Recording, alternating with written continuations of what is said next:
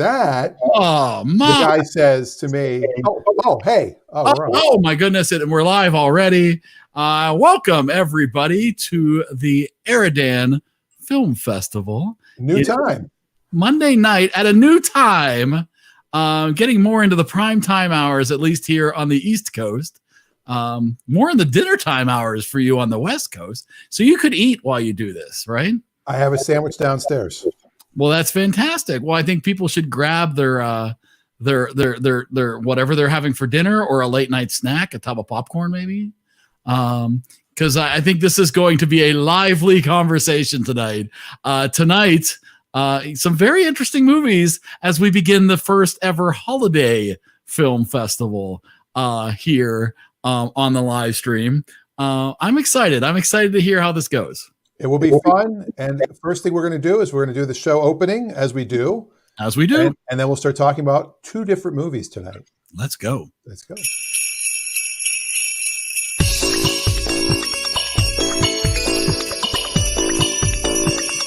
Pum, pum, pum, pum, pum. Hey!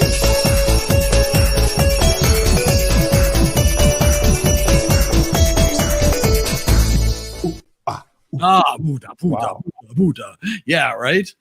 So episode 27 of the EriDan Film Festival, but episode 1 of the holiday episodes, December 7th, 2020. I'm Eric Schiemer. And I'm Dan Rosenberg. Well, thank you very much for joining. Can we have dry mouths to be like NPR? Let's not do that. Nobody wants that. Do they have a water bottle at NPR? That's the question. I don't know. Oh, let's try those sweaty balls. Oh, I am just excited to see Dave and Adam both popped in right away, because I was really worried. Taking the time, I was going to throw people. I don't want to throw too many people off. We want to make sure everybody can join into the fun. Because tonight, and every night that we are streaming, we want anybody who wants to join in can join in. There's going to be a link in the comments soon where you can be part of the conversation. We'll set up a little backstory of what we're reviewing, but then we really ultimately want to hear from other people. You don't want to just listen to us talk. We want to hear from you. Right. I've actually already put it in the comments. I just haven't hit enter yet. Do it. Let's go ahead and do it. Really? You put it in this early? I think there's going to be a lot of conversation tonight about these movies. Because we are watching one movie that is widely considered a classic. National Lampoon's Christmas Vacation is absolutely what I think most people would consider a 100% Christmas classic. It's quotable. There's toys in all the stores. There's action figures. There's Funko Pops. There's Chevy. It's all over the place, right? And we're also going to be talking about Mixed Nuts with Steve Martin, which is not considered a holiday classic, and gets an amazing, terrible reviews online when you look at it on sites like IMDb and Rotten Tomatoes. So I am very anxious to get other people in the conversation tonight, because I think we're going to be talking about this a lot. Can I start? What was that? Can I start? Well, I want to look at. Let's look at the stats first. How do you want to go about this? You bring up the stats. Do you want to talk about one movie then the other? Do you want to do a compare and contrast? What do you want to do? You can't compare and contrast. These are two totally different movies. What would you like to start with? Mixed Nuts. Let's start with Mixed Nuts. All right, let's look at the stats. All right, so Mixed Nuts, PG-13, 1994. Quite the cast of characters: Steve Martin, Madeline Kahn, Robert Klein, Anthony LaPaglia, Juliette Lewis, Rob Reiner, Adam Sandler, Rita Wilson. Directed by the Ephron sisters, written by the Ephron sisters, directed by Nora Ephron. The sisters, I thought it was just Nora Ephron. There's two of them? Well, Delia Ephron also helped write this. And then a budget of 20 million and worldwide gross came in at 6.8 million. Gets a Rotten Tomatoes score of 10%. The audience score is slightly better at 47%. But the critics score for Rotten Tomatoes, based on, I believe, 9 or 10 reviews, is at 10%. So, and you asked if you could start, or do we want to bring some people in and bring up a lively conversation? How do you want to do this? I'm going to let you take the reins on this conversation. Let me just start right off with Mixed Nuts. I started watching Mixed Nuts. I'm like, I know I've seen this movie before. Yeah, not the movie I thought it was. Okay, that's first off. Okay. And looking at who's in it, like you said, you've got Juliette Lewis, ironically, in both movies tonight. Don't know if you noticed that. She's the daughter. She's the daughter of Clark Griswold in this particular movie, right? In the family, in the Christmas Vacation. So she's in both movies. And we should have watched Natural Born Killers as well. Good comedy. Rodney Dangerfield's in it. Anyway, I looked at the cast. I go, this is going to be a great movie before I watched it. I mean, how can it be bad? Look at all the people that are in this movie. Rob Reiner is in this movie. And all these people. Robert Klein, Adam Sandler, Jon Stewart. I mean, you've got so many funny people in this movie. The one thing missing from this movie, I think, was an acting coach. Because it literally seemed like everyone was acting over the top bad, like almost on purpose. Interesting. Not one of the comments I read in the negative critics review, but that's interesting. I just thought, Madeline Kahn was so freaking loud. I had to keep turning my phone down while I was watching. I'm like, why are you so loud? Maybe you should have been watching it in HD. Maybe the problem, you shouldn't have watched it on your phone, maybe. Maybe. Well, we can start bringing some people in. Let me switch the background. Who do you got? I see. There's. I've got the Scrooge. You brought Scrooge in. We do see Jeff Michael is here, but he does not have a device connected. So I wasn't Scrooge till I watched these movies. do we know who suggested this movie? I think I put this in there. You put this in? I put this in there. How? Have you seen it before? This movie. How? It's easy. You just type it in. I love this movie. Or did my mom put this in? No, my mom put in 8 Crazy Nights. I can't remember if I did it or not. This is a movie what's funny about this, I remember when I watched this movie years ago, I remember liking it. But this is again one of those situations similar to Spies Like Us, where I haven't seen it in a long time. And I was like, I don't remember if I really like this movie or if I liked this movie when I was younger. And I haven't watched it probably in 20 years. And am I going to like it still? I love this movie. I enjoyed the crap out of this movie. I was wishing Howard the Duck were on. Dave is upset. You lost that time. Those are hours of your life you won't get back. This movie was one of the worst movies I have ever seen. The first half was just boring. Yes. And it was like, this isn't funny, but all right. It's okay, fine. And then the second half was just unredeemable. I mean, Rita Wilson, God rest her soul, the late Rita Wilson. That's not easy to say, the late Rita Wilson, who did pass away, right? No. I'm thinking of I was thinking about that. I'm like, where was she supposed to be? Why is she late? I know. I'm died in shame for being in this movie. I'm thinking of Kelly Preston. I'm sorry. I got her confused with Kelly Preston for a minute. Rita Wilson. This is Tom Hanks. Yes, Mrs. Tom Hanks is almost as bad as Elizabeth Shue in Back to the Future 2 when someone's knocking on the door and she's like, and she goes to hide in the closet. And in the end, when they're walking down the street, the director, who was Nora Ephron, felt the need every time someone was doing something funny, let's close up on their face. We have to make sure people don't forget this is a funny moment. The direction was awful. Oh yeah, no, that's honestly why I wanted you to take the lead on this conversation, because I won't defend this movie. I can't point to why I like this movie, but I really like this movie. I find it absolutely delightful. I can think of worse movies. I can't think of a single movie this bad with this many really good people in it. Now, okay, she wrote a lot of movies. How many movies has she directed? She directed Sleepless in Seattle just before. Did you direct that as well? Okay, yes. I knew she wrote it. She was coming off of Sleepless in Seattle, a huge hit with Rita Wilson's husband. It's very true. It's very true. Now, the one thing I think I can get you all on board with, maybe not Dan.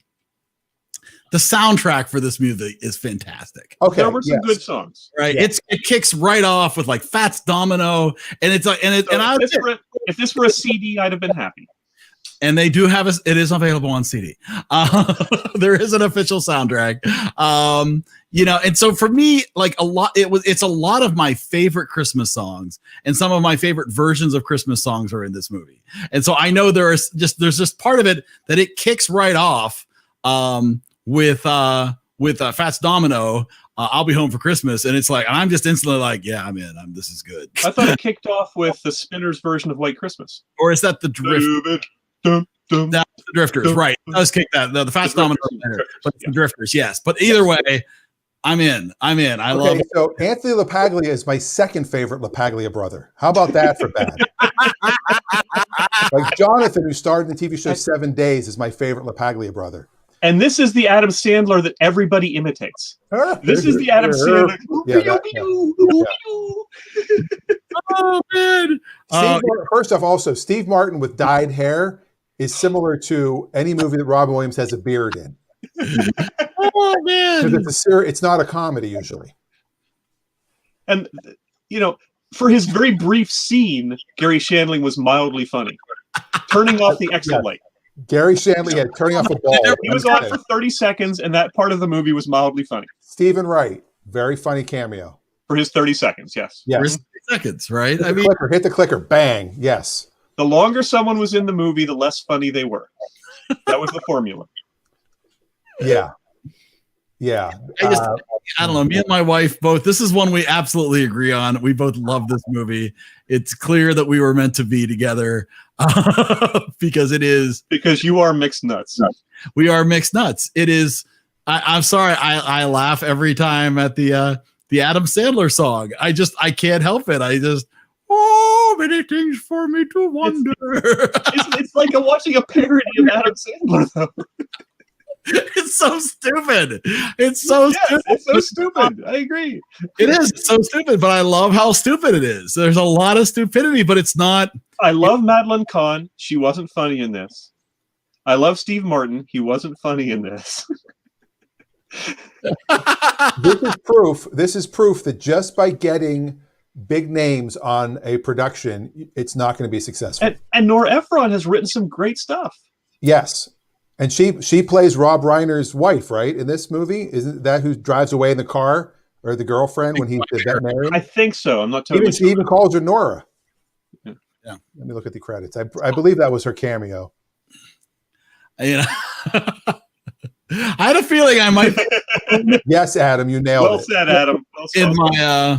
In my opinion on this one, and I can't even speak to it, but if we were going to talk about which is the more classic movie tonight, I would obviously rate this different, but our ratings are based on just how much we enjoy a movie.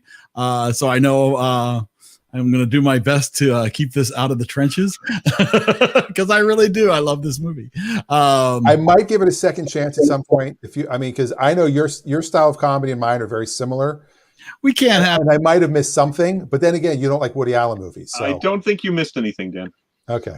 You and I should do a watch together, and I guarantee you, I could make you enjoy this movie as we go. And I would love to be a fly on the wall for that, watching the movie, laughing hysterically while Dan's doing this. Problem is, I don't laugh out loud much at all anymore unless something really catches me off guard. But this movie, I just find it delightful. I just feel like most people are completely mixed up and messed up, and this just makes everybody completely messed up. There was only one likable character in the entire movie, and that was Constance. And it was just... I like them all. Awful. Awful. Like I said, the first half was just boring, and then it just seemed to think, we're not doing enough with this. Let's try harder. I don't know. I'd have to go through and see if I felt the first half was boring. I was actually surprised because I've been very critical of things that I used to like, and especially, and the problem is it's like, so there's a very specific kind of dumb comedy that I love. And this is it. And I know that's not I'm alone in that. Clearly, that's why 10% of the critics enjoyed this movie, while the rest not so much. John Stewart and Parker Posey as the tree skateboarders or roller skaters. Come on. What a waste. That's fabulous. I mean, really? I don't know. I don't know. When Gary Shandling gets shot, to me, that's just, it's burlap, which itches unless you're dead. That's funny to me. I don't know why.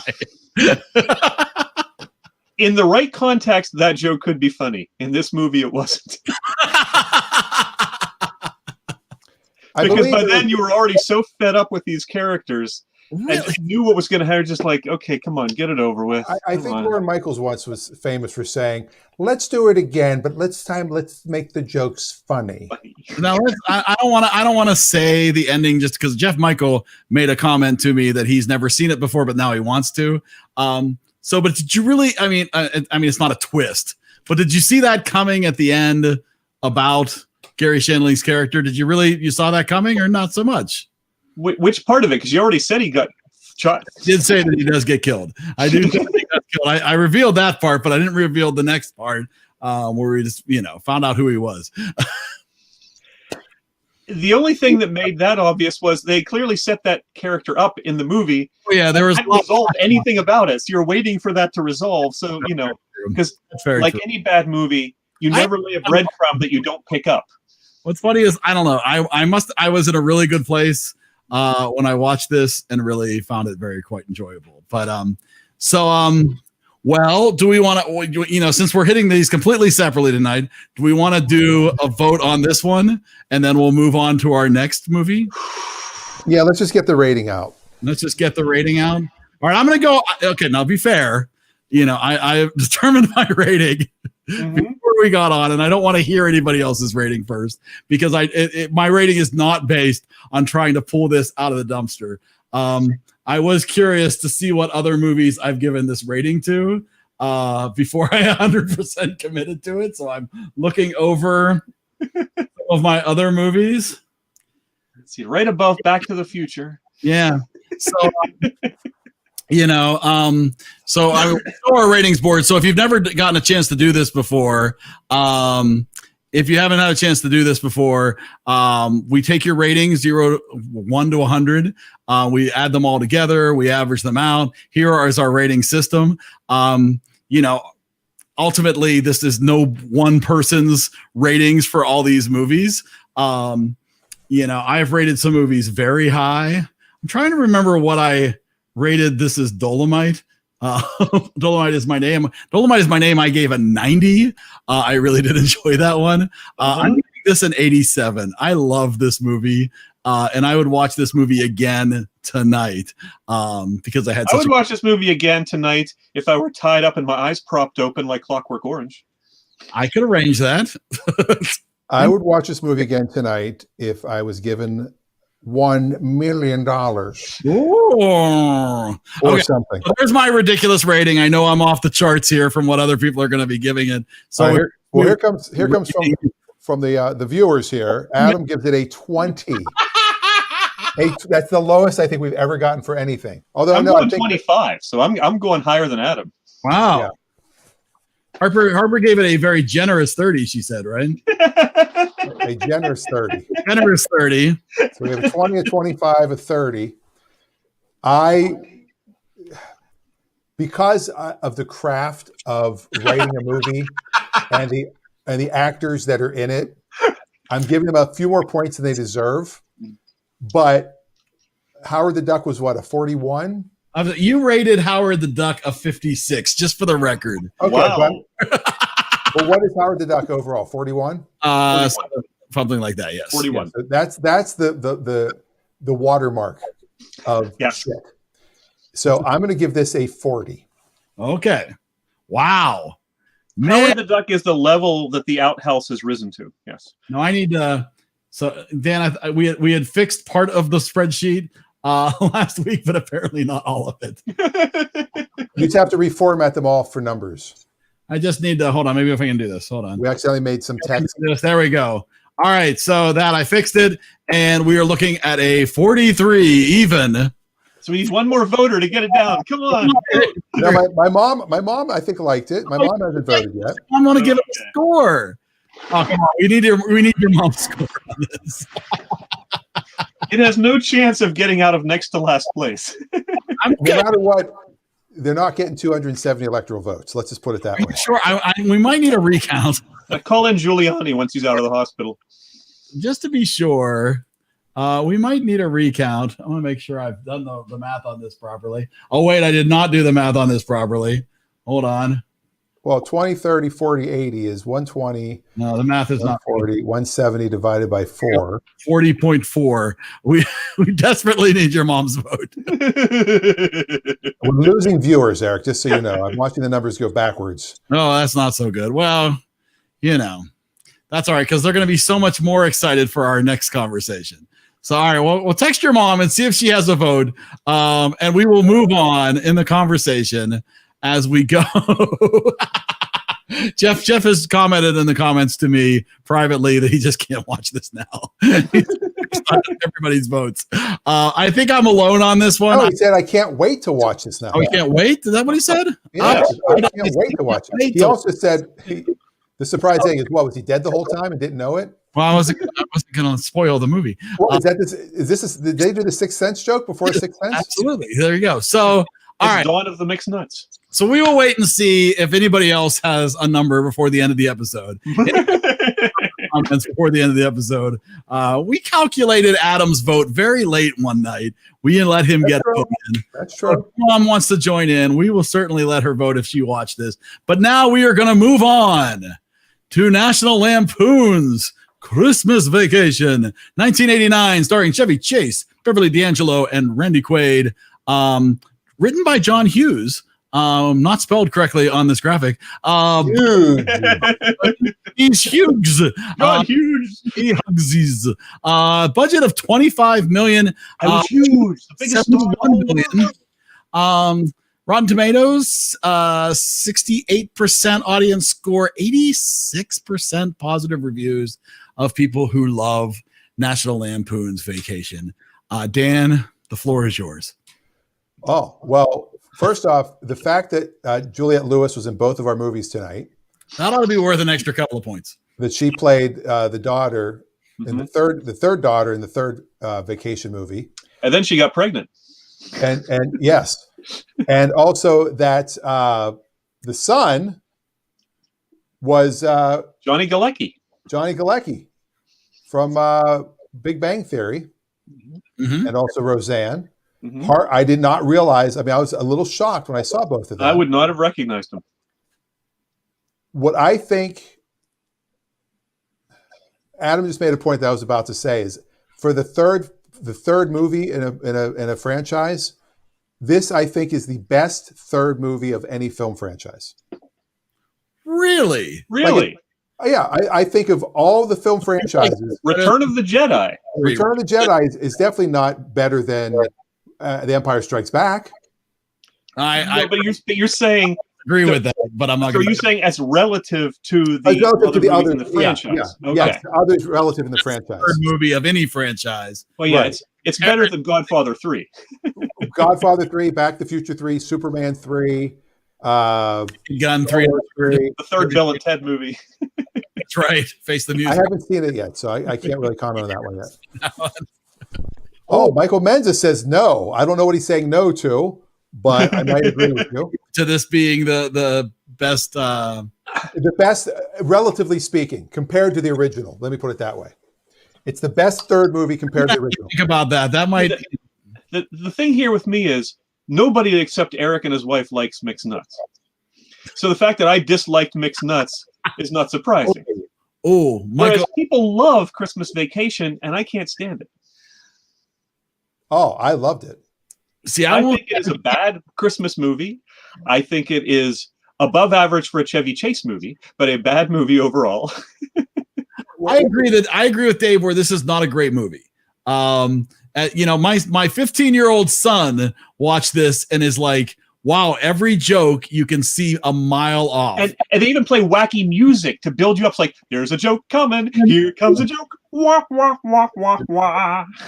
I completely agree with that. Don't let the dog drink the water from the tree. It might get dry. Dun, dun. If that's going to come back later. I see what you're doing. He's hanging up the lights on top of the ladder. Hope something bad doesn't happen.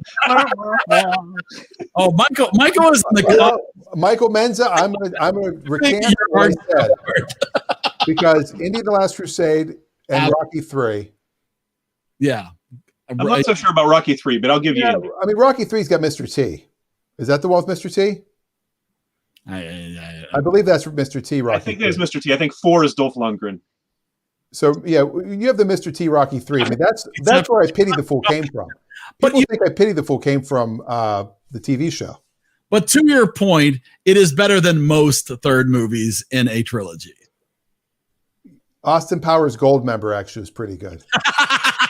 Well, now you're just taking apart your own argument. I am arguing with myself now. Shoot yourself amongst yourselves. What was the third Bond movie? Like, wait, I think I'm wrong. No, I'm right. No, I'm wrong. Yeah, I'm with Michael on this one. I not that I don't really enjoy any of the vacation movies, to be fair. Pretty much this one is okay. I agree with Dave's comment. Dave's comment from last week, where it's odd that Chevy Cheese. Cheese. I like it. Chevy Cheese. Perfect. Perfect. We used to take the kids to Chevy Cheese all the time. That ultimately it's ironic that he always seems to get an opportunity somewhere to be with somebody entirely out of his league, looks wise. Also, Goldfinger was the third Bond movie, and Goldmember was the third Austin Powers movie. So there you go. My mom's comment when she texted me about the movies earlier yesterday was the vacation movies were all pretty predictable. Yes, I completely agree. Which is true. Yeah. And I was a little harsh. Christmas Vacation isn't aggressively bad. I didn't laugh, and it wasn't a great Christmas movie. It just didn't hit the comedy or Christmas button. So there was neither Christmas nor vacation discussed. Just talk amongst yourselves. But if given the choice of watching Mixed Nuts again, I'd take Vacation. I'd watch Vacation 10 more times before I'd watch 5 minutes of Mixed Nuts. Eric's losing focus. There he is. I've totally lost focus. Don't worry about that. Consider we don't compare the two movies we watch to each other usually. That's not the idea. But Dave's completely right. I mean, if I gave a 40 based on Mixed Nuts, this would get a 400. So, beyond. The thing I like about this movie, though, is looking at Cousin Eddie and seeing where Randy Quaid ended up. You kind of realize he is that guy. Well, there is that. Yeah. And yes, it's a cheesy movie. Yes, it's Brian Doyle Murray, who's in 2 vacation movies, is 2 different characters, is he's always kind of the same guy. And Julia Louis-Dreyfus was very funny. Her husband is Christopher Guest's brother, older brother. Yeah, yeah, and they're like heirs to some. They have some sort of royalty. The Guest family. Well, he had a title. He does have a title. I know Christopher does. I assume his brother does. Right, but because Christopher did not have any natural-born children, he adopted his children. His brother actually gets the rights to the baronship. Yeah, Christopher Guest actually briefly sat in the House of Lords until they changed the rules, so he couldn't. Oh, jeez, that's harsh. Yeah, but I found the one comment Margaret made as we were watching this toward the end was, so after Cousin Eddie kidnaps his boss, kidnaps Brian Doyle Murray's character and brings him to the house, and all of a sudden he has this change of heart. The one word Margaret used to describe it was whiplash, because there was no justification whatsoever for his change of attitude. It just came totally out of the blue. No, okay, I guess I'll give you that. I guess you're right. I'm fine. Okay. Here's money for everybody. We're watching this with my 15-year-old, and my 15-year-old is like, "Don't change your mind. Don't change your mind. Come on, no, don't do that. Don't do this. Is already bad enough." And it's like, and he left the room. It was like they cut a 10-minute scene that set it up. Oh yeah, for some reason, and so there was no justification. No, there's absolutely no reason. He's like, You're right. I guess I'm a bad guy. All right. Something happens to him on the ride back after Eddie's kidnapped him that explains why he had his change of heart. But no, they just bring him in all of a sudden. You're right. I'm a bad guy. First, fire you. You're done. Also, let's not forget the wife. He had said, remember I told you I was thinking about getting rid of. You didn't get rid of the bonuses, did you? Yeah. And look, Adam said that, and now I'm going to say it. 40 seconds after Adam posted it. Well, he already said. He said, when he said that before that. Like, no, it's a misunderstanding. Because he's like, well, okay, take your what you got last year and add X number percent. 20%. Yeah, he already said that before his wife got there. Okay, a couple of things I love about this movie and reading some of the trivia. One was Beverly D'Angelo when she leans, when they're all frozen, and she goes, "Nice to meet you." Then she grabs his crotch. Yes, she did that on the first take as an ad lib. And they kept it. That was not something she was supposed to do. He didn't do that on any of the other takes. Yeah. None of the other takes. And he didn't flinch. And I'm telling you, if somebody grabs your package, you say, ooh, you get a little reaction. So good on them. The other thing was he broke his pinky when beating up the Santa Claus. Yeah. And they kept that take in. Also, the whole rant that he does, people were saying that was ad-libbed when he's talking about his boss. And they said that the entire cast was wearing keywords around their neck, like they're holding up like cards of different words as he's going through saying, "You sniveling, sneezing, blah, blah." They all were wearing those so he wouldn't forget them. And so you can see him like looking around the room as he's saying it, which is kind of funny. That was kind of funny. And but that's Green Acres. Right, you see that a lot, but the fact that they turn the light on in the garage and everything comes on, I mean, yeah, I get it. It's long. When you talk about it being predictable. From the very first start, as soon as he mentions his bonus, I'm thinking, oh, great, he's not going to get his bonus this year. I mean, you knew that from the moment he said it. True. Yeah, so that moment when it shows up and then he keeps talking about his bonus and what he's going to spend it on and obsessing about his pool. It's like, man, all right, we heard you the first time. Okay. That's kind of some standard, they got to write the exposition. Hey, Jailbird Joey won't be home again. Here's the cake. Remember when we met at the Enchantment Under the Sea dance? They set things up in movies. Back to the Future is one of the worst movies of exposition. Austin Powers had a character named Basil Exposition. And his entire job was to set things up. Yes. So, yeah. I mean, I understand why people enjoy it. I understand the people who do. This is what I said. Like, I can't defend why I like mixed nuts. I just do. And I think there are a lot of people who just either they grew up with this or there's something, it absolutely. I said it's very interesting how commercial it is. One of the things my wife loves about Mixed Nuts is that it is a movie that most people don't enjoy, and so it's like her private little thing that she. She love Howard the Duck. She didn't hate it. She hated Woody Allen movies. She didn't. Four SNL cast members were in this movie. How many were in Mixed Nuts? Chase, Brian Doyle Murray, Julia Louis-Dreyfus, and Randy Quaid. Oh, Randy Quaid, yes. I think we can discuss the fact that Saturday Night Live alumni don't guarantee a great movie. Oh no. Rob Snyder's proven that over and over. Yeah. All right, are we doing this?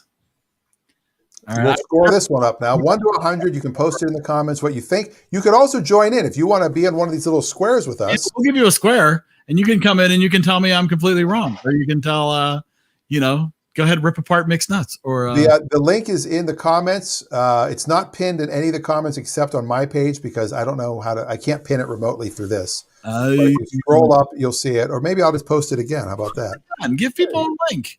I'll give you another link in the conversation. And so we are looking for everybody's 2 cents about National Lampoon's Christmas Vacation. Again, a score from 1 to 100. What did you think? And this is just your personal opinion. It doesn't have to be whether you think it belongs in the Smithsonian. No big whoop. No big whoop. No big whoop. All right. Well, off grape jelly. Sorry, God. I think Scooby-Doo, Scooby-Da. Harper's giving it a 65. 5. Excellent. All right. With a thumbs up. Michelle Sanders is here. Hey, Michelle Frizzell. Excellent. All right. She gives it a 69. Got to add some columns here. Holy cow. Yeah, because we keep track of who votes on what. Absolutely. So we can say I'm at a 50 on this one. Now, Michael Menza likes Vegas Vacation, which I don't know if that one's better. He says it's better, but not. Well, what do you give it? 1 to 100, Mr. Menza. Adam Jones. Wow, he's at a 90. Dave, what was your score for this? 50. 50. Well, we're all over the place on this one. We are very divided, beyond divided. Well, not as divided as we were on the first movie. I was the only one that was the outlier. 20 to 87 is a pretty wide range. Yeah, 20 is a falling.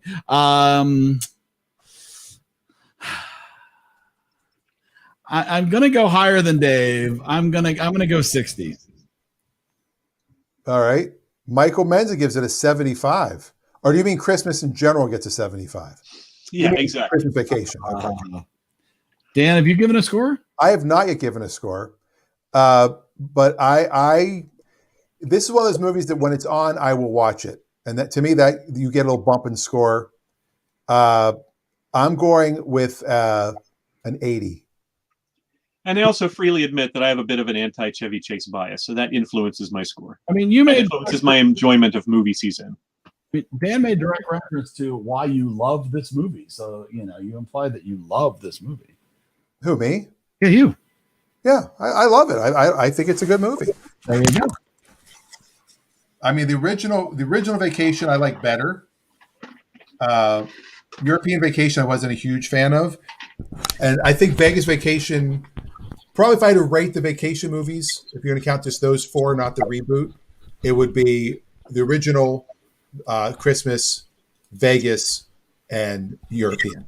The original is definitely the best of them. I mean, there are some excellent scenes in the first vacation movie. Buying the car with Eugene Levy. Even this car, though, did you notice that the car in this one had the wood panels? No, I missed that. Filthy. It was a Ford Taurus. It had the wood panels. And also, they're drinking eggnog out of Wally World mugs. With the moose antlers, yeah. Nice. All right. Well, so let's take a look. This lands Christmas Vacation at a 69.86. So slightly above Take the Money and Run. Like a hair. So close. Mixed Nuts coming in at the bottom of our list at this point. Mixed Nuts coming in all the way at the bottom below Howard the Duck. Unless we hear from Dan's mom. There's a possibility. I'm holding out hope that maybe we could inch out Howard the Duck here with Mixed Eric Nuts. is lobbying that this still go to 11, even though you started earlier, to give Dan's mom time to chime in.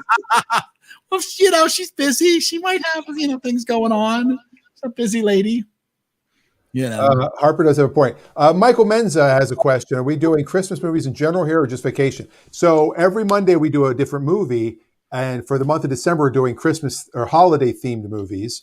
Correct. And tonight we did a double header. And Thanksgiving movies on the list. Yeah, Right. the first Monday of every month we do a double feature, which is why there are 2 movies tonight. Next week there will be a single movie in which we will determine here shortly. Right. Yeah, And we have really spun badly last week. Yes, we have a thing called the Wheel of Reels, which is something like this.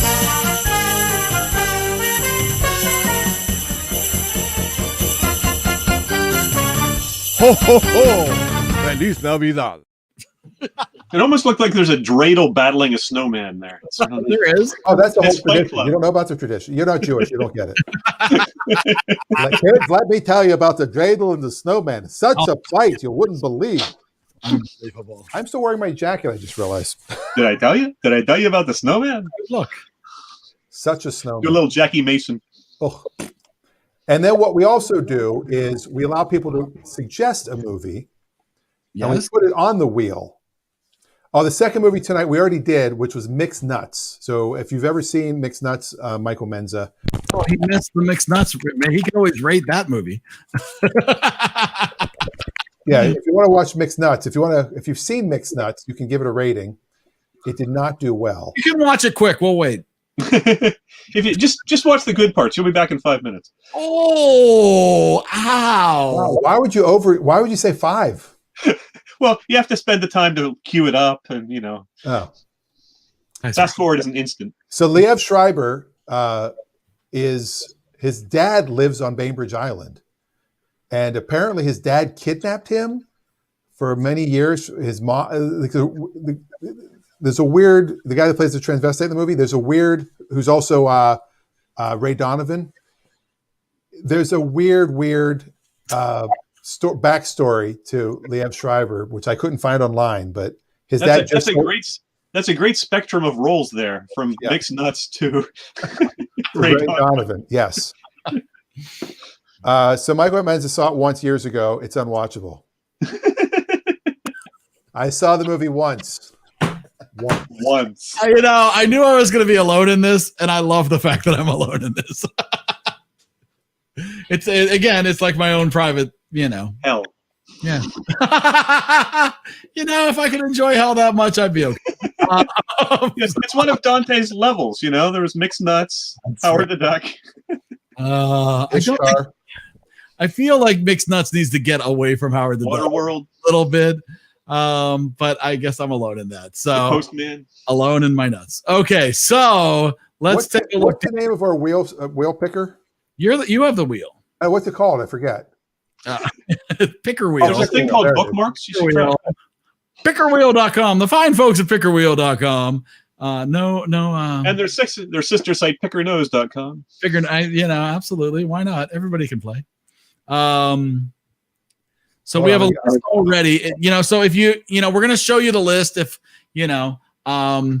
you do not have a movie that isn't already on the list, you of course do not have to suggest a movie this week to add to the wheel. But if you know of a wonderful holiday movie that you think is missing from our list, you can select one. You can choose one movie to add to our list this week. So you can't give things. Still limiting it to comedies, though, right? And yes, comedies, holiday comedies. So I'll go through real quick what's left.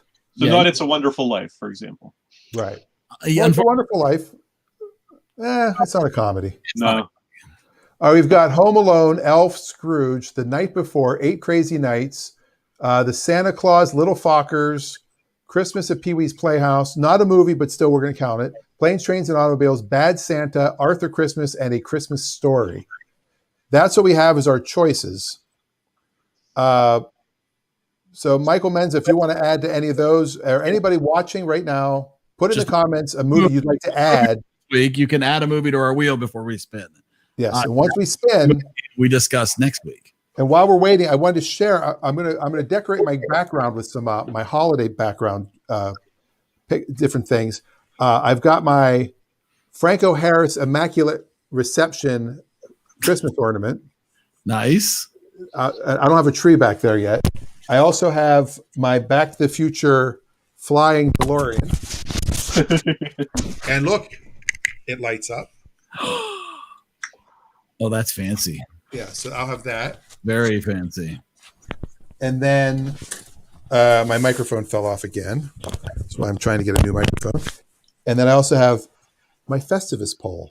Oh, you're all airing of the grievances. I have that's not the holidays. Had a chance to decorate yet. Do you prefer that to the Feast of Strength? I think airing of the grievances is usually less painful physically. It's mentally, but physically. If no one has anything they want to add. Dave, you have something you wanted to add? No, I think that's a solid wheel. Yeah, I feel really good about it. I don't want to add any junk. What's funny is looking through the ratings, and as depressed as I was to see Mixed Nuts at number 10, my wife did find that Christmas with the Cranks only receives a 5% on Rotten Tomatoes. I've never watched Christmas with the Cranks, and I would certainly not suggest it for our wheel. All right, well then But if somebody else does. Yes, if anybody thinks Christmas with the Cranks is a solid movie, Harper thinks we're in good shape. Yep. All right, let's spin it then, I guess. God, give that. Oh, there goes Adam. suspense. No Christmas with the Cranks. Here we go. Oh, I forgot to adjust this. Oh, we got mixed nuts again. How'd that happen? Hey, Bad Santa. go. Billy Bob Thornton. Wow. Well, I that not is a seen the movie for next week. You've seen Bad Santa. I have not seen all of them. I have not seen Bad Santa. Oh, I like Michael did throw in something to add to the wheel. I think definitely we should add that for our next spin, All right. which will be next week. But he got it. He didn't get it in before we spun, but I think we should add it. He adds Muppet Christmas Carol. I'm adding it in right now. We actually prefer the Muppet Family Christmas, Oh, there you which go. is unavailable in its original form because they cut scenes out of it for most of the re-airings. You have to be diligent with your torrent searching to find the real version. So, Adam's disclaimer is raunchy. Not a Muppet Christmas movie? I think the Muppet is a little filthy, but I think Bad Santa might be worse. Bad Santa, yes, Bad Santa is. And we added it. Quasi goes blue, you know. We don't know if since we spun the wheel, we don't know if the Yeah, we leave our watching up to the fates. We don't get to choose. So maybe next week when we spin, but Dan, you can let him know. We'll let you know if that comes up. Yeah, I will, of course, if it's that movie. But if anybody else wants to chat, I'll put the link in there one more time for everybody. Yep, absolutely. If you want to throw in some comments or let us know what your favorite part of Mixed Nuts is. No, I'm kidding. Let's see, where's Bad Santa showing these days? Hey, how are we going to see Bad Santa? I guess that's important too. Yeah. Got to give people the option. That is an excellent question. Bad Santa, of course, from 2003, rated R. Definitely are. Hour 38 right now. You can rent it on Amazon or YouTube. 79% from Rotten Tomatoes. Is that the critic score or the tomato meter? Well, let's click and find out. Sure. Tomato meter. Audience score 75%, tomato meter 79%. Ooh, that's interesting. The critics like it more than the audience. That is it. Well, it spawned a sequel, so That's a it did bad. at least reasonably well at the box office. And Michelle says she loves Bad Santa, so I'm sure she'll be here next week to discuss. I hope so. So while we're waiting to see if anybody else joins in the conversation, I want to ask you guys and in the questions your thoughts on the announcement of the. We talked about it a little bit on Friday. The announcement of the movies coming to HBO Max next year. Yeah, they're going to Warner Brothers is that's releasing weird. in the theater and HBO Max simultaneously. Yes. Yeah, how's that going to work? For a month. Now, what apparently when they made that announcement, they had not actually discussed that with the movie theaters. Oh, that's slimy. So AMC came out and was like, well, we're going to have to see. Yeah. We're Well, going AMC did some of the same things before when places have threatened to Yes. reduce the exclusive time between when they were in theaters and when they were shown on TV. They rebelled. Yes. Now, my understanding is that Warner Brothers did negotiate the terms for Wonder Woman, and that the theaters will get a bigger percentage of the cut for Wonder Woman. They did not discuss that, and they are saying that is not going to be the case with all the Warner Brothers movies in 2021. I mean, and we're talking about some big movies. I mean, Matrix 4? Come on. Yeah. Do we want Matrix 4 really to go the way of Bill and Ted Face the Music? Well, but if it's as good as Bill and Ted Face the Music, I think, well, I don't know. I mean, I think part of it is, are the theaters going to be open? And HBO Max you do have to pay. It's not like they're putting it up online for free. it's a premium service, yeah. Right? Would it have been better to put it on Amazon for $19.99 per movie? And it's a month that it'll be on HBO Max. And obviously then it's going to get pulled from HBO Max and can still possibly be in theaters if the theaters want to run it for more than a month. Yeah. HBO Max, by the way, if you get HBO through Amazon, HBO Max is now included. Interesting. And how much is that? I believe it's $10.99 a month as an add-on to add HBO. So it would be $10.99. I mean, I think if you're largely interested in the slate of movies coming from Warner Brothers in 2021, I mean, that's a no-brainer. You know, that would be worth signing up for HBO Max. But think about it. You're still spending $130 a year or whatever it is, which means you could go see, depending, now, if you're taking the whole family, that makes more sense. If it's one or two people, maybe not. That's Right. where the equation changes. And it also depends on the quality of the movies. You know, my opinion of Matrix 4 is I like The Matrix. They've already had 2 very disappointing sequels. Why would I expect 4 to be any better? Because it's got to be better than Mixed Nuts. Well, That's true. if that's the standard. I mean, I think that's the bar. Is Adam Sandler in Matrix 4? I think it's the same. All of them. Actually, so many things for me to want. Okay, so here are some of the movies coming out. The Little Things, Tom and Jerry. I didn't know they did a movie. The Many Saints of Newark, which I believe is the Sopranos movie. Yes. Michael Gandolfini's playing the younger version of his late father, James Gandolfini.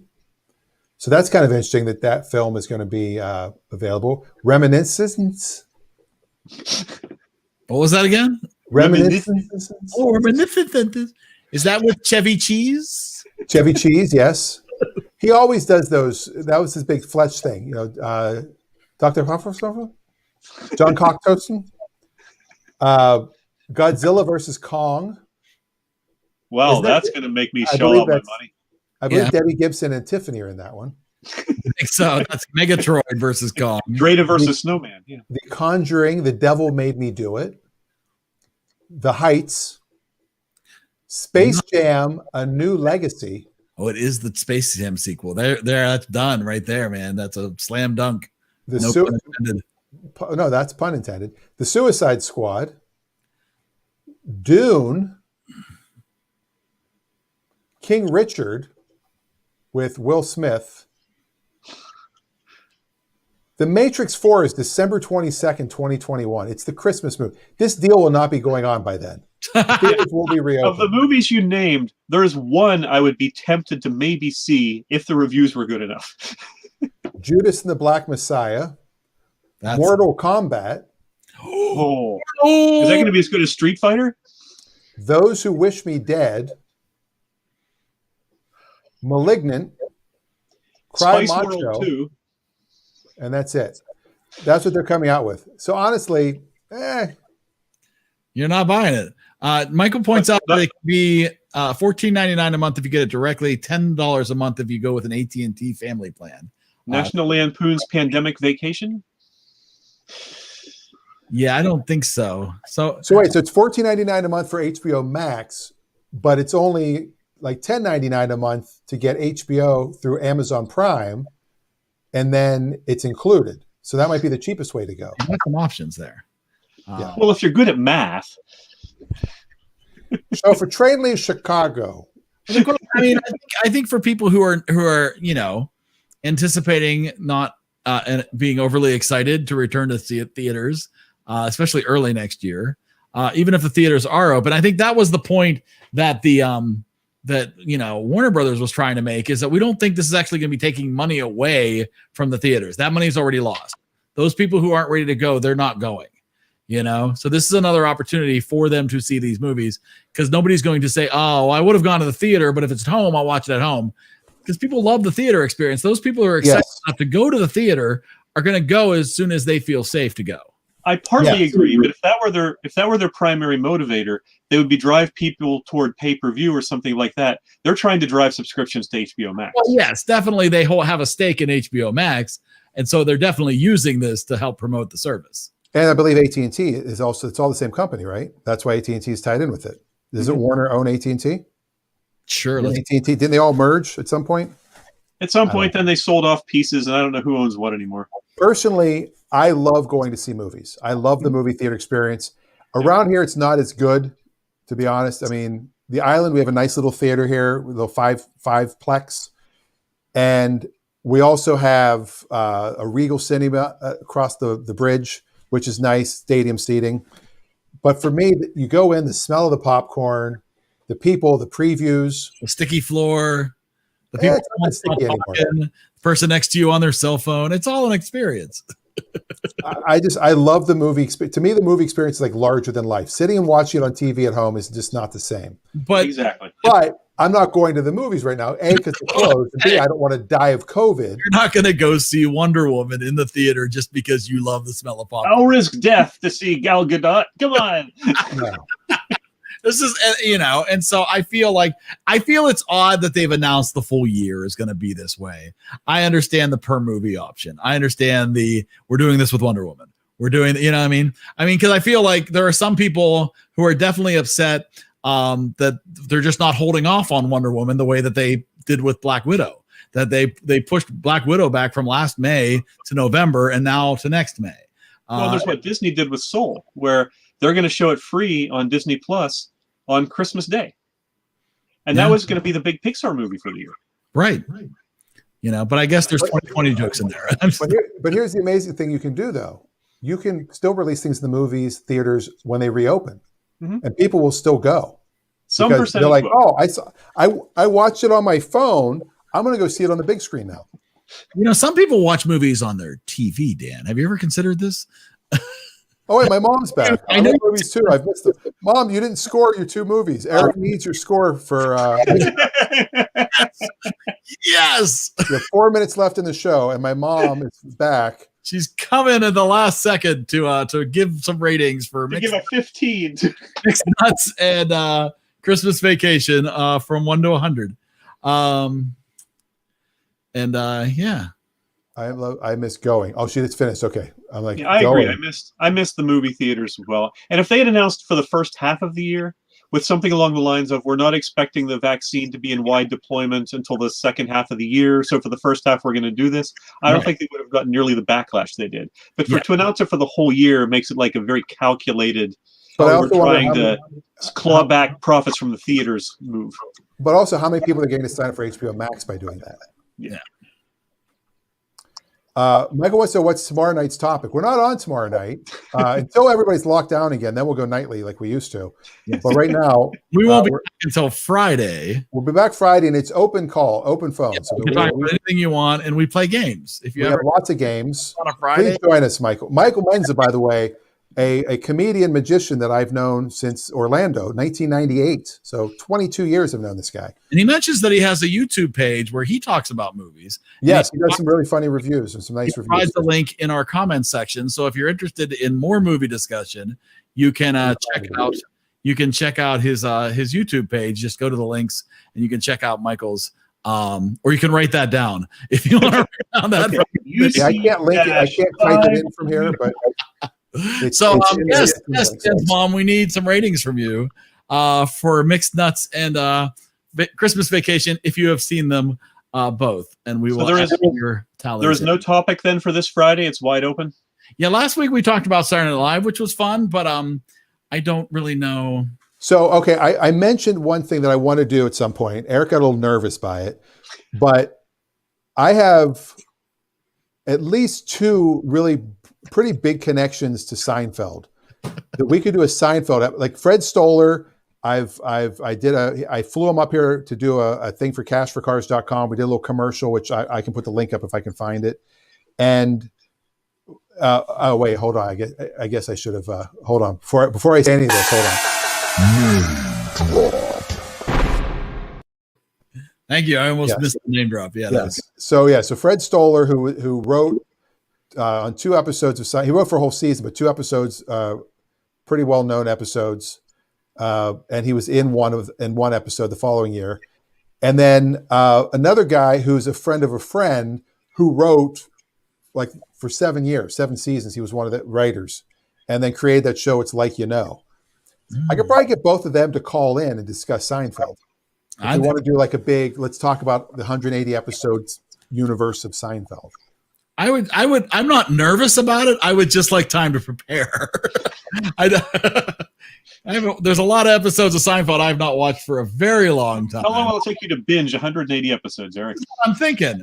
Yes, Fred is on TikTok. Harper, you're in the commercial, in the little sitcom. You and Turner were both sitting there when we filmed it because her dad, John, was our sound guy when we filmed Fred when he was here. And what was funny is he could not believe that Turner's name was Turner because he was on Handy Manny, and Turner was one of the characters on Handy Manny, and then Fred was the nervous ratchet wrench.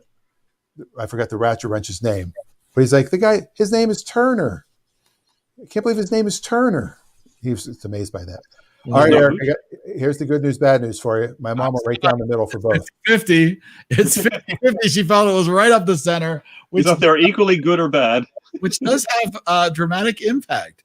No, it doesn't have a dramatic impact. It might raise, it'll probably raise mixed nuts out of the cellar. It definitely, let's take a look here. Let's take a look at what this did.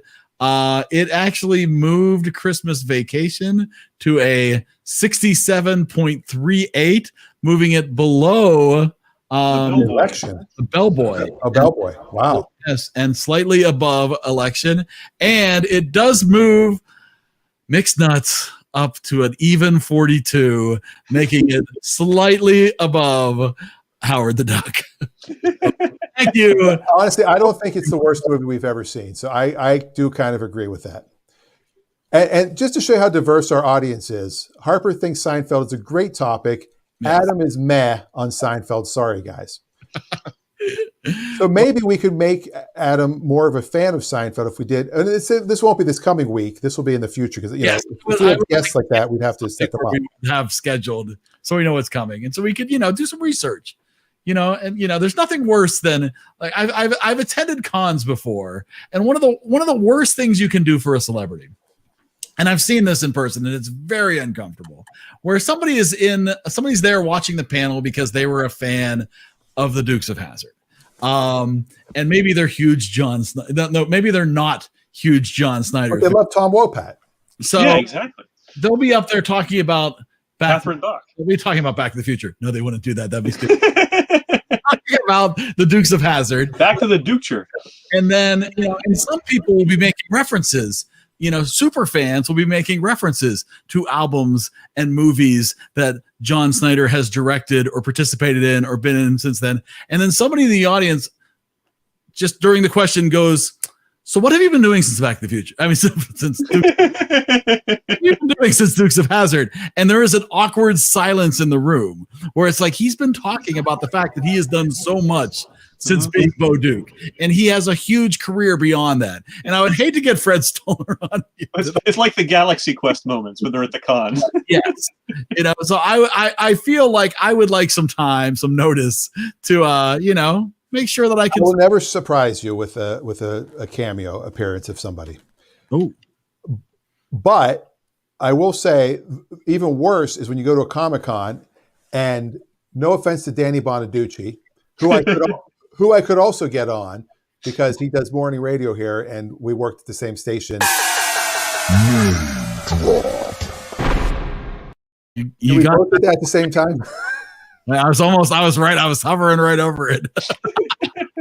You almost got a double name drop that one. Yeah, we were both on. Yeah. I can't tell if it's Alex Jones or Danny Bonaducci I'm doing here. We're both on 97.1, the FM talk station. And I've been on his show here a couple of times, but Alex Jones's show? No, Danny Bonaducci's. He was moderating when Christopher Lloyd was here. And I don't think he did enough homework. Oh. And there's nothing worse than the moderator also not doing enough homework and acting shocked when Christopher Lloyd says something about Taxi. Really? You were on Taxi? It's like, what? Oh, not that happened. No offense. I'm not saying that happened. But when we went to see Trace Bellew and Frank Conniff doing the movie riffing, I specifically, when I was getting their autographs, was talking to Frank about his time on Sabrina the Teenage Witch. Because I don't want to ask him the same exact question that everybody else in line has asked him here and all the 20 other cities he's been to in the last year. Yep, exactly. So that, I would rather not not Seinfeld this weekend. We could instead talk about Suddenly Susan. And Charles in charge. About my two dads.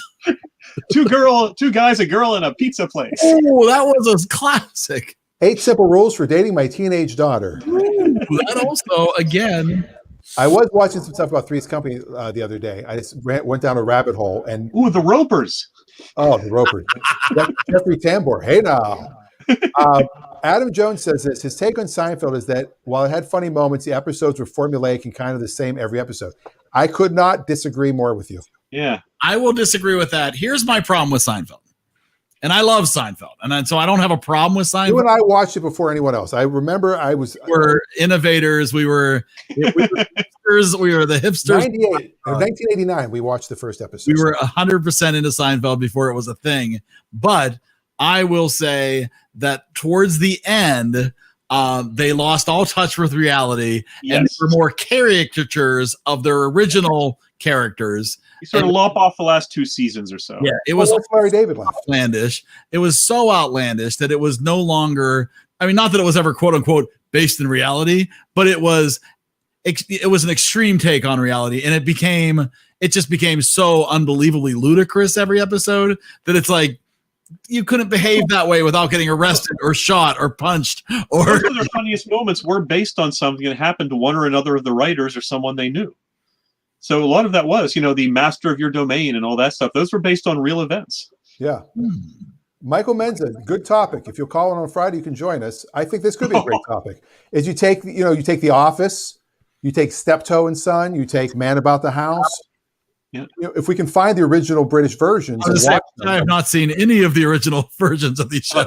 Ferris Bueller versus Parker Lewis Can't Lose.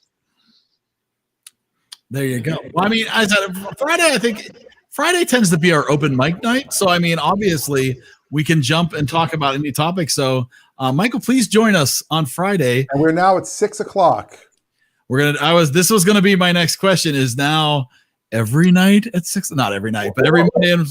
I think, because of daylight savings time, it's so dark here. It is very dark. At 4:30, and coming up on December 21st will be the darkest day. It gets dark here like at 4:00. You are wearing all black, Dan. Well, I have this is actually a blue jacket. I just went and got dinner, and I came in and I just realized I didn't have to take my jacket off. The dark night of Bainbridge out there. Definitely. So that is. And my f-stop's got to be. I'm off a little bit still. I can tell. My color. I look a little too. So this is 6:00 in the West Coast. Yes. And 9:00 on the East Coast. Right. We're on for a little over an hour. For some of us, it's always dark. But we're moving it back an hour from where we have been. We had been doing 10:00 on the East Coast, but we're going to move that back to 9:00, at least for the winter, and we'll see how that goes. But I think it was awesome. And I think we're also going to do, and Eric and I will discuss this after the show to figure out a time. We're going to do some reunion shows again. Yep. We talked about doing a class reunion show for. If you want to watch a bunch of people you don't know who went to high school together, that will be sometime soon. Yes. Blackhawk class of '88. Wait, Adam Jones. To sit in the comments and make fun of everybody. They figure out where the monoliths came from. Please, Adam, do tell. I'm guessing it was going to be a movie, but we'll find out. Adam, put in the comments where they came from or pop in if you want real quick. We can end the show on that. But yeah, we'll do some Saturday reunion shows again. Those usually 5:00 West Coast, 8:00 East Coast. We do this a little earlier. I don't know if we'll do a comedy one again. I thought of doing an Orlando comedy one. The comedy ones are hard because you get 10, 15 comedians on. They all just want to moderator for that. You need a moderator for that one. It's hard to moderate. I'd rather interview people one-on-one. The last comedy one was fine. Except it kept going. The discussion kept going to who had recently died. Yeah. Well, that's what happens. We're like, oh, did you hear about? Oh, yeah. Here's unfortunately, and Dan, you know this, and this is something you hear Seinfeld talk about a lot. Is that a lot of there's a lot of comedians, where they're they have a great, unbelievable presence on stage, but that doesn't mean that they're just funny in everyday life. And so you get a bunch of people together on an awkward Zoom call like that. It's going to be laughs and hilarity as much as reminiscing about reality. And reality is not always so hilarious unless it's in the movie Mixed Nuts, which I think is really enjoyable, and people should watch that. Nice try. I just did what's called a Seinfeld eye roll. one thing I do want to say about comedians, and this sounds weird, and I can't prove it's true or not, and I don't know if I've said it before, and I'm not saying that I'm a genius by any means whatsoever, but I've never met a stupid comedian. Like, I've met stupid open micers. People that have tried comedy, but I've never met someone who's done it successfully, not become famous, but someone who can get up on stage consistently and be funny. I've never met someone who was dumb that does that. And I don't know, my son and I had this conversation about, because somebody said, "Oh, you do stand-up, you must be very smart." I'm like, really? No. And I can't think of a dumb comedian, especially famous comedians. Every famous comedian, when you hear them talk, they're usually very intelligent. Yeah. Well, It's hard to any job that requires you to do public speaking. It's hard to be dumb and do. That's true. Although there are dumb actors. Yeah, but they can. Dumb stage actors, I doubt. Dumb movie actors, sure. Now, Michael says you never met Pauly Shore. I said funny comedians, Michael. No, you said successful. You said actually, I have. Actually, all right. Here. Not again. Yeah. So Pauly Shore, I got to hang out with his dad, Sammy Shore, and Pauly Shore was debuting his film in was it Aspen or Montreal? It was in Montreal, and he was debuting his film called Pauly Shore is Dead. And I did go up to talk to him afterwards because I wanted to say, "Hey, I've been hanging out with your dad. I saw his one-man show, and we had lunch one day." And he was a huge dick. Well, yeah, but you're not saying that. He's not smart. Pauly Shore, he's running the Comedy Store. He's not an idiot. That said, there are lots of comedians who have done stupid things. Oh yeah, Michael Richards among them. Right? That's just it. It's like it's a degree of what you mean by smart, right? It doesn't necessarily mean street smarts. It doesn't necessarily there is a degree of intelligence that is required for the job, but it doesn't always require that you are going to be socially smart or street smart or business smart. It's not okay. Every comedian is a genius, but it does require a certain ability of focus and performance to be able to get on stage and think quickly, but also rely on a vast array of knowledge of what's going to work in front of an audience like that. Yes. And a little improv practice for you. And we're on a boat. No. And a dentist's office and your cousins. Go. I think what I'm saying is, like, I can think of open micers, people that got up on stage, and God bless them, they tried. They did the same act every the 3 minutes were exactly the same every week for years. They never got a laugh. They weren't funny off stage. They weren't funny on stage, and they were dumb. They were people. When you talk to them, they were out there, like they were just.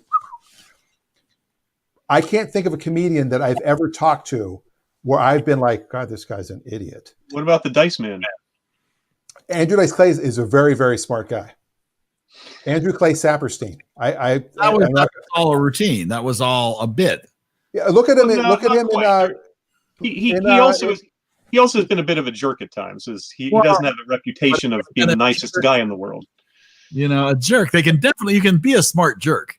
Kevin, Andy Dick is a good example of that. Let's not forget Kevin. What's his name? Kevin James. I'm guessing Kevin James or Kevin Nealon, very smart guy. A lot of guys play dumb characters. Let's not get that. Mitch Fatal. Here's a perfect example. There's a comedian named Mitch Fatal who's not that famous, but he's done some things. He does a character, and this is what he calls himself. Excuse my French, but it's not French. He basically acts like a retard. He does this slow, You're not allowed to say that. I said, excuse me for saying it, but that's what he calls himself. You can say anything after you say, excuse me for saying it first. Yes. Do you know this guy personally? Mitch Fatal? Yeah. Yes. I don't know that he's a name drop worthy.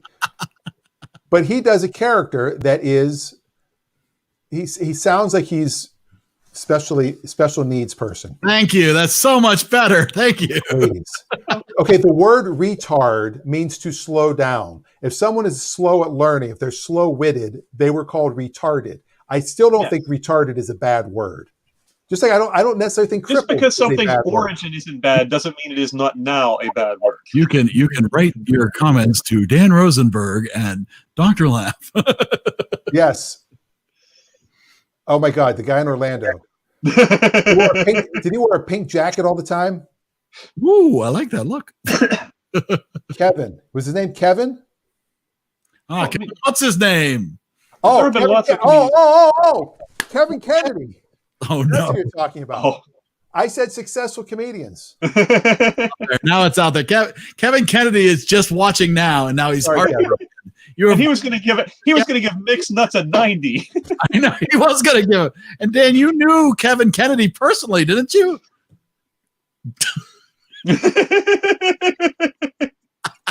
I won't do it. It's all good. Where'd There are you? lots of people. Remember Junior Samples in the Grand Ole No, Opry? but He used to play. so we'd be at the open mic. We'd have a Kevin character, and then we'd have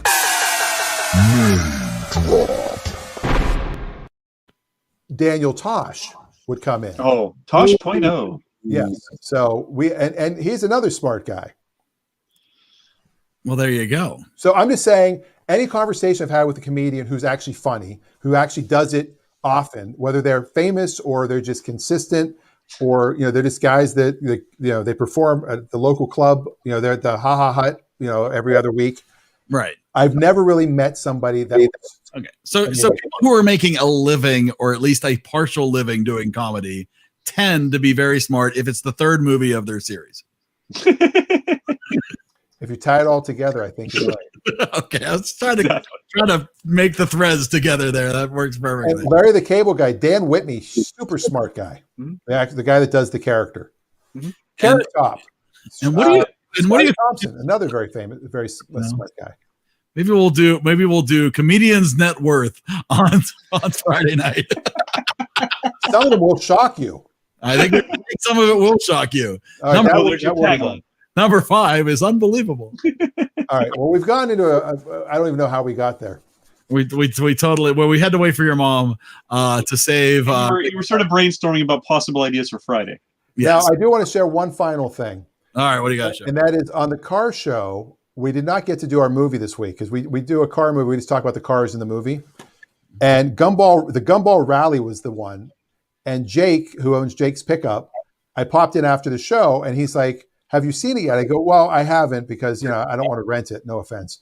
And he goes, "Oh, I have it on DVD." And it's a double header with Cannonball Run 2. Wow. Wow. And it actually says comedy at the top. I know. So it must be funny. Now I know. And look, it's one of these. It's both sides. It's a old school. So yeah, so I don't know how to play this, but I have a DVD. I think I have a super drive. You just push your thing and you rotate it around, and then you put it in your ViewMaster, and you just like this. That's a bad idea.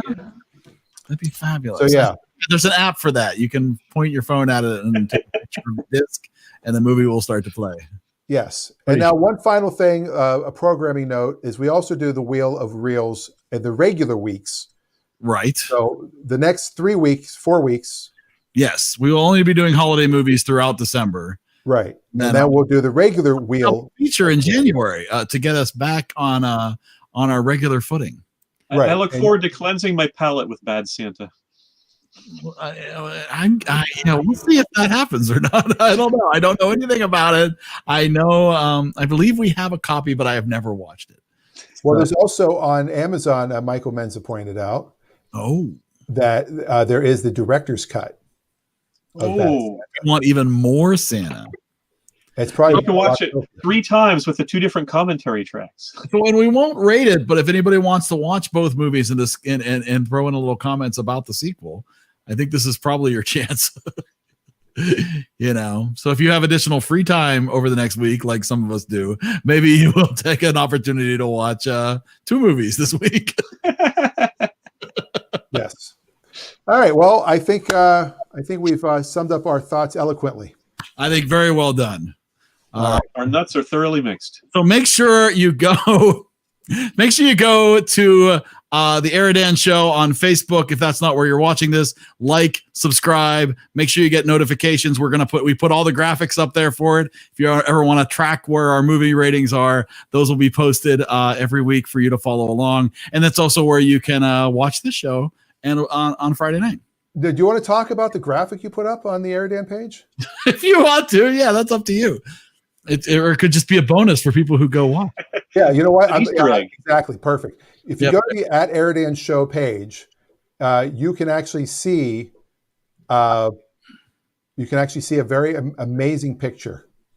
Yes, the header photo is a classic EriDan photo, a throwback photo of EriDan, the early years. The original. And the story behind it will shock you.